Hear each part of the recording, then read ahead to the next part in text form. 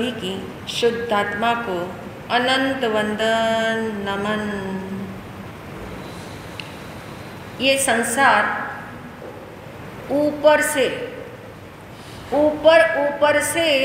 कहते हैं बड़ा सुहावना है, ऊपर से बड़ा लुभावना है, लेकिन भीतर से डरावना है। जो वस्तु ऊपर से सुंदर लगती हो, आकर्षण जिसमें महसूस होता हो और लुभाती भी हो, लेकिन पता लगे कि बाद में क्या लगने वाला है, डर लगता है, डरावना।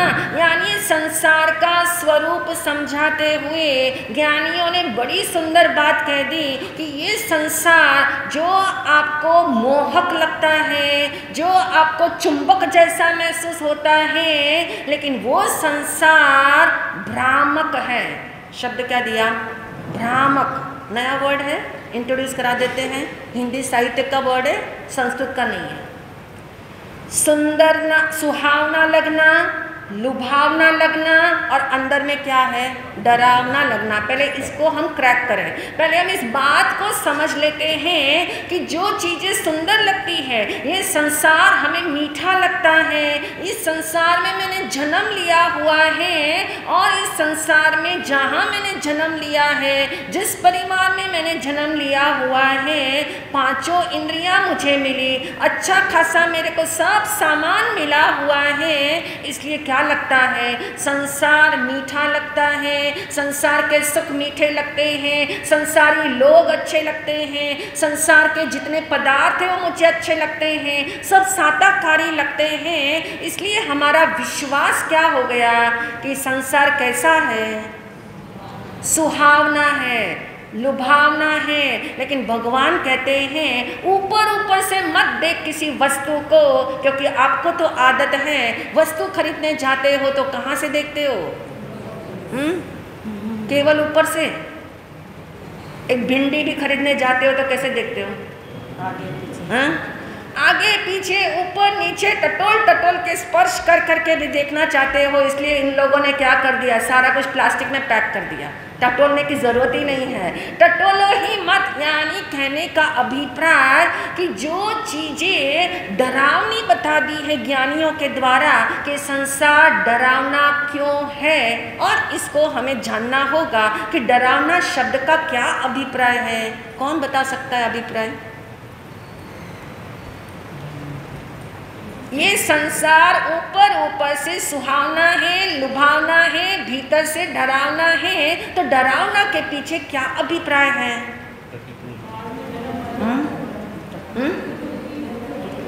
यानी हाँ, बहुत सुंदर। यानी भीतर से डरावना इसलिए बता दिया क्योंकि सुख सुहावना है, लुभावना है करके हम क्या करना चाहते? चिपकना चाहते हैं, हम उसको फटाफट लेना चाहते हैं, हम उससे चिपके रहना चाहते हैं। और भगवान ने कह दिया डरावना है, इसका मतलब ये है यदि इसको आपने चिपकना, इसको आपने मेरापन कर दिया, उसके साथ अटैच हो गए, तब तो जो है निरंतर कर्मों का क्या कराएगा?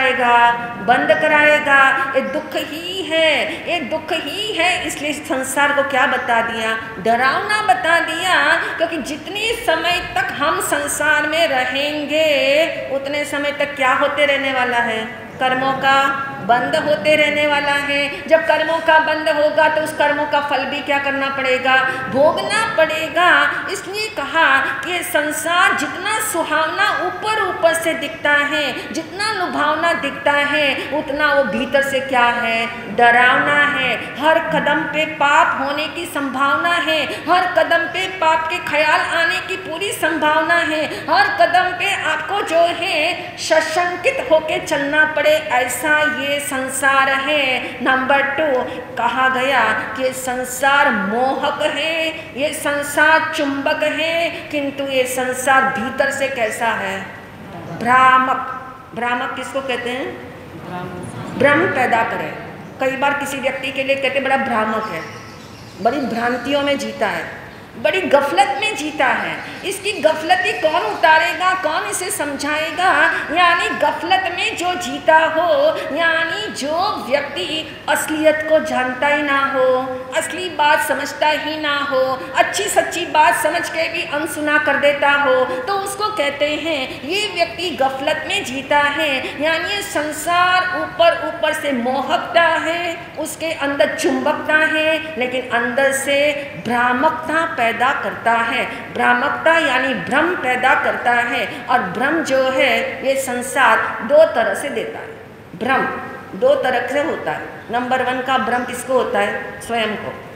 जब मेरे पुण्य के उदय से मुझे कुछ बहुत ज़्यादा अनएक्सपेक्टेड था और वो मुझे मिलता चला जाए तो मुझे भ्रम पैदा हो गया। अब भ्रम क्या हुआ? क्या भ्रम पैदा हुआ? ये जो कुछ है वो किसके बल पे है? मेरे बल पे, मेरी बुद्धि के बल पे है, मेरे पराक्रम के बल पे है, मैंने इतना समय लगाया है, मेरी मेहनत का फल है। यानी एक भ्रम पैदा होता है। और भ्रम तो जो है सबसे पहले खुद को होता है, क्योंकि खुद का भ्रम खुद को ही परेशान करता है। पहला भ्रम ये हो जाता है, मुझको ही मुझसे भ्रम हो जाता है, मैं सुखी हूँ ऐसा मैंने क्या कर लिया? मान लिया। मैं सुखी नहीं हूँ, सुख मुझे इससे मिल ही नहीं सकता, ऐसा मुझे लगता नहीं है। मुझे भ्रम पैदा हो गया और मेरा भ्रम मुझे कहता है कि मैं कौन हूँ। मुझे कुछ वस्तुएं नॉर्मल लोगों से कुछ ज़्यादा मिल गई, जीने के कुछ साधन मेरे पास एक्स्ट्रा है। जीने के लिए जो लग्जरी सभी को मिलती है उससे थोड़ी सुपर क्वालिटी की लग्जरी मेरे पास है। तो मैंने क्या माना? अपने को क्या माना? मैंने अपने आप को सुखी माना, मैंने अपने आप को ऐसा माना कि मेरे जैसा दूसरा नहीं है। इसका मतलब भ्रम पैदा हो गया। ये संसार जितना मोहक है उतना ही भ्रम पैदा करता है। पहला भ्रम अपने लिए हुआ, अपने से हुआ, अपने लिए हुआ कि मैंने अपने आप को ये नहीं माना कि मैं दुखी हूँ, बल्कि क्या माना? सुखाभास को क्या मान लिया? सुख मान लिया। नंबर 2 का भ्रम जो है, जो दुनिया वालों को होता है, मुझे देख के क्या लगता है दुनिया वालों को? मैं सुखी। दुनिया वाले भी मानने लग गए, क्योंकि आप स्वयं मानते हो कि मैं सुखी हूँ, तो आप क्या होता है? सामने वाला व्यक्ति भी आपको कौन सी तुला से तोलता है? जो आपके पास साधन है, सामग्री है, उसके आधार पे तोल लेता है और वो भी समझ लेता है आदमी बड़ा सुखी है, ये आदमी बड़ा सुखी है, ऐसा लेबल समझ लेता है। और आप जानते 2 भ्रमों के बीच में खतरनाक भ्रम कौन सा है? खतरे वाला खुद को। यानी मेरा भ्रम मुझे जो मनवा रहा है, जो इल्यूशन है, जो दर्शन मोनीय कर्म का ही फल है, जो मुझे असली बात समझने देता नहीं है, जो मुझे सुखाभास का परिवेश समझने देता नहीं है। ये सुखाभास का परिवेश कैसा है वो समझने जो ना दे उसका नाम भ्रम है। यानी मिलता सुखाभास है और मानते क्या है? सुख। मानते सुख है जो कि सुखाभास भी नहीं है, ऐसा भी ज्ञानियों ने कह दिया। क्योंकि सुखाभास कहने से भी प्रॉब्लम है, उसमें भी कंफ्यूजन है, उसके अंदर भी आप जो है कंफ्यूज हो जाओगे। इसलिए ज्ञानियों ने टोटली आउट कर दिया सुखाभास वर्ड को। उन्होंने कहा कौन सा वर्ड? दुख ही है, दुख ही है, इसलिए डरावना है, इसलिए भ्रम पैदा करता है। इस भ्रम को तोड़ने के लिए ज्ञानियों ने शब्द दे दिया कि संसार में सुख नहीं है और संसार में क्या है? दुख ही है। क्यों दुख ही है ये हमने समझ लिया था। क्यों समझ लिया था? क्योंकि हमने क्वालिटी समझ ली थी। सुख किसकी क्वालिटी है? आत्मा की। सुख किसकी क्वालिटी है? मेरी।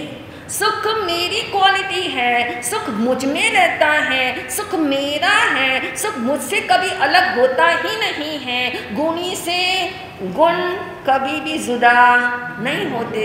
चीनी की मिठास चीनी से कभी अलग नहीं होती। ऐसे ही सुख नाम का गुण जो मुझ में रहता है वो मुझसे कभी अलग नहीं हो सकता। ऐसा निर्णय करना पड़ेगा, ऐसा अंदर से बल लाना पड़ेगा, ऐसी अंदर से मान्यता को स्थापित करना होगा कि अभी तक मान्यता कैसी रही हुई है, भ्रामक। अभी तक मान्यताएं भ्रामक रही हुई हैं और भ्रामक मान्यताएं घुमाती भटकाती बहुत है, पहुंचाती कहीं नहीं है। यदि पहुंचना चाहते हैं, यदि हम एक्चुअल में पहुंचना चाहते हैं तो इतनी बात याद रख लेना कि सुखाभास का परिवेश जो है वो भले ही सुंदर दिखता हो, भले ही आकर्षक दिखता हो, लेकिन उसमें जहर है। उसमें ज्ञानियों ने जहर कर दिया, इसलिए उन्होंने आह्वान कर दिया, उन्होंने आज्ञा दे दी, इसमें तू सो मत जाना, इसमें तू खो मत जाना, इसकी तू अवहेलना भी मत करना और इससे तू अपनापन भी मत करना। इतनी बड़ी बात कह दी, ना सोना है ना खोना है, ना उसकी अवहेलना करनी। अवहेलना किसको कहते हैं? अनादर, अवहेलना, अवहेलना। अवहेलना कहते तिरस्कार, अवहेलना कहते हैं अबहुमान, अवहेलना कहते हैं अपमान करना। उन्होंने कहा जो पुण्य के उदय से आपको प्राप्त हुआ है उसका तिरस्कार भी मत कर, क्योंकि तिरस्कार करने में भी क्या है? कर्मबंध है। तिरस्कार करने पे ये ऐसा लगता है कि मैंने इसका पहले क्या किया था, बहुत सम्मान किया था। जिसका सम्मान करते हो उसका हम क्या करते हैं? तिरस्कार करते हैं। तो शब्द दे दिया कि न इसका तिरस्कार कर, सहजता रख। क्या करो? सहज रहे। जो पुण्य के उदय से प्राप्त है उसका इस्तेमाल कर, उसमें सहजता रख। वो किसके इस्तेमाल में आया हुआ है, किसके उदय से आया हुआ है? पुण्य के उदय से आया हुआ है। जिसके उदय से आया हो उसको फिर से कहाँ लगा ले? फिर से कहाँ लगा ले? फिर से उसी में लगा ले। पुण्य के उदय से आया है, फिर से उसे सत्कर्म में लगा ले। तेरा कुछ यहाँ पे नहीं। जब ऐसा अंदर में श्रद्धान पैदा हो, ऐसी अंदर में धारणा पकती हो, ऐसी अंदर में मानने में आती हो बात कि सुख बाहर में कहीं नहीं है, सुख कहाँ पे है? अंदर। इसलिए सुख का पासवर्ड जिस व्यक्ति ने बाहर में खोजना चाहा उसे नहीं मिला, नहीं, वो ढूंढते ही रह गए। हर बार इनकरेक्ट उनका पासवर्ड निकला। हर बार उन्हें महसूस हुआ कि नया पासवर्ड ढूंढना पड़ेगा, इतना काफ़ी नहीं है, इतनी मेहनत से कुछ नहीं होने वाला है। यानी ऐसे हमने अपने आप को इतना लगा लिया कि संसार में सुख है, आज नहीं तो कल मिलेगा, कल नहीं तो परसों मिलेगा, इस व्यक्ति से नहीं मिला तो उस व्यक्ति से मिलेगा। ऐसे घुमा घुमा करके हमने अपने आप को भ्रम अवस्था में रखा। और ज्ञानी कहते इस भ्रम को क्या कर दो? बिल्कुल हटा दो। ये भ्रम का आवरण हटा दो। ये भ्रम का पर्दा हटाने के लिए ही है। भगवान तो क्या है? मौजूद ही है। जो अंदर में सिद्धत्व मेरा है वो भ्रम के कारण छिपा हुआ है। भ्रम के कारण उसे अटेंशन नहीं मिलता है। भ्रम के कारण हम संसार की रुचि हमारी बढ़ रही है। और इसी बात को हम समझना चाहते थे कि इस रिलेटिव सुख को, इस टेम्पररी सुख को, इस दुनियावी और भौतिक सुख को कहते हैं जिस व्यक्ति ने सबसे अधिक ये ऐसा पाया हो, सबसे अधिक पुण्य का उदय का जो फल मिलता है वो किसे मिलता है? चक्रवर्ती को। कल हमारी बात चल रही थी, ये चक्रवर्ती को ऐसा पुण्य क्या किया होगा, क्या जबरदस्त पुण्य किया होगा। यदि उसका ऐश्वर्य भी कोई यदि सुन भी ले, आत्मा की बात नहीं कर रहे, चक्रवर्ती की, आत्मा के ऐश्वर्य की तो बात महाराज जी कर रहे हैं। अभी एट प्रेजेंट हम थोड़ी देर के लिए चक्रवर्ती के ऐश्वर्य का ग्लांस ले लेते हैं कि वो ऐश्वर्य कैसा होता होगा, वो ऐश्वर्य कितनी पीक के ऊपर उनका है, ऐसा क्या पुण्य उस व्यक्ति ने किया होगा कि वो चक्रवर्ती बन गया। तीर्थंकर गोत्र बांधने के तो 20 बोल सबको मालूम है कि तीर्थंकर गोत्र का रजिस्ट्रेशन कैसे होता है, लेकिन चक्रवर्ती बनने के लिए भी आप जानते हैं रजिस्ट्रेशन आदि तो नहीं होता, लेकिन उस जीव ने भी बहुत कुछ किया हुआ है अपने पिछले जन्मों में, जिसकी वजह से वो आज क्या बना है, चक्रवर्ती बना। उस चक्रवर्ती की भौतिक संपदा को यदि कोई व्यक्ति ध्यान से सुने, सुन करके कल्पना न करे अपने लिए, सुन करके अपने लिए मेरे पास भी ऐसा हो, कभी इस जन्म में नहीं तो किसी जन्म में चक्रवर्ती की संपदा सुन करके क्या समझना है, इसको पहले एक बात अच्छी से समझ ले कि उन चक्रवर्तियों ने, कितने चक्रवर्ती हुए इस अवसर पीढ़ी काल में, 12। इस काल चक्र के, इस अवसर पीढ़ी काल के 12 चक्रवर्ती हुए, और इस 12 चक्रवर्ती में से आपको पता है कितने चक्रवर्ती मोक्ष में गए। चक्रवर्ती जा सकते मोक्ष में? चक्रवर्ती मोक्ष में जा सकते हैं या नहीं? जिसके पास इतनी रिद्धि सिद्धि है कि 16,000 देवता जिनकी चाकरी करते हो, 16,000 देवता किसको कहते हैं, मायना रखता है। फिगर देखो आप, 16,000।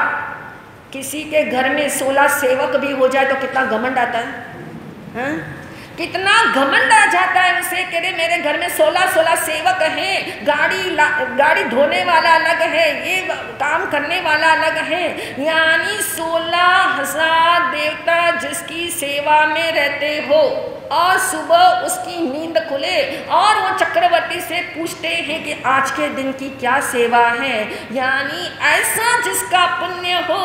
और कहा जाता है कि जितनी उनकी माइंस है वो सब रिफिल हो जाती हो, सब कुछ हो जाता है, ऐसे होता है जैसे लगता है कौन सा स्वर्ग यहीं उतर आया।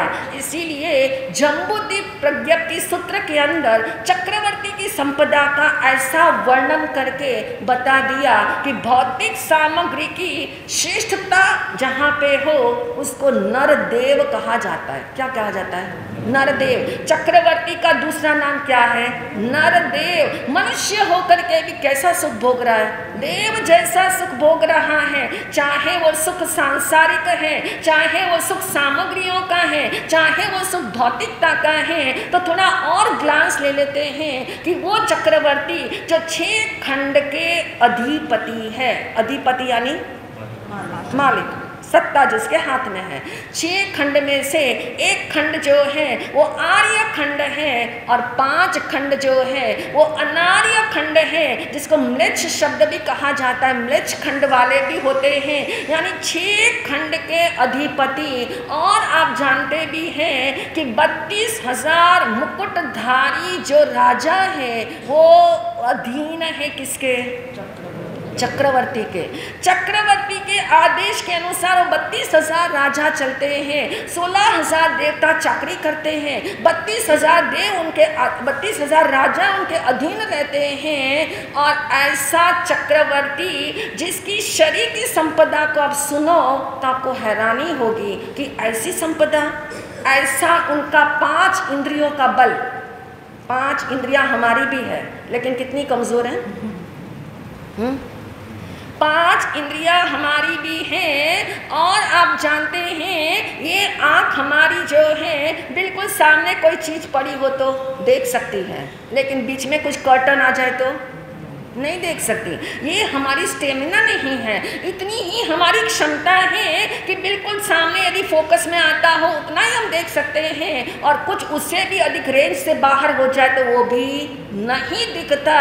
लेकिन उनका सामर्थ्य बताया है चक्रवर्तियों का, उनकी आँख का इतना सामर्थ्य है कि कहा जाता है हजारों किलोमीटर दूर तक वो देख सकते, इतनी उनका आँख का बल है, इतना उनका चक्षु का बल है। ऐसे ही बताया 12 योजन दूर तक उनको क्या है, सुनाई देता है, कोई भी शब्द कहीं भी कोई बोल रहा हो।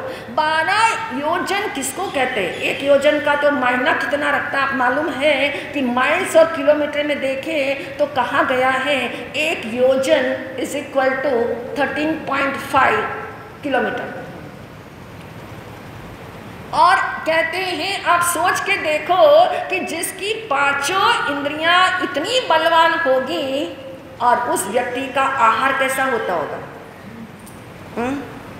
उनका आहार कैसा होता होगा। कहा जाता है चक्रवर्ती के भोजन बनाने वाले 360 रसोइये होते हैं। कितने? किसका खाना बनाते हैं? चक्रवर्ती के परिवार का? सिर्फ चक्रवर्ती का? एकमात्र चक्रवर्ती का भोजन बनाने के लिए 360 रसोइये लगते हैं। चक्रवर्ती के परिवार का खाना बनाने वाले दूसरे रसोइये बहुत हैं। मात्र चक्रवर्ती की संपदा की बात हो रही है कि वो चक्रवर्ती 360 रसोइयों के द्वारा जो रसोई बनाई जाती है उसको ग्रहण करते हैं और उसमें से कुछ अंश यदि कोई चखने की कोशिश करे। कितना पौष्टिक है ये खाना, क्योंकि जिससे उनकी खीर बनाई जाती है वे गाय जो है उनको घास नहीं खिलाया जाता, उन गायों को ड्राई फ्रूट्स खिलाया जाता है।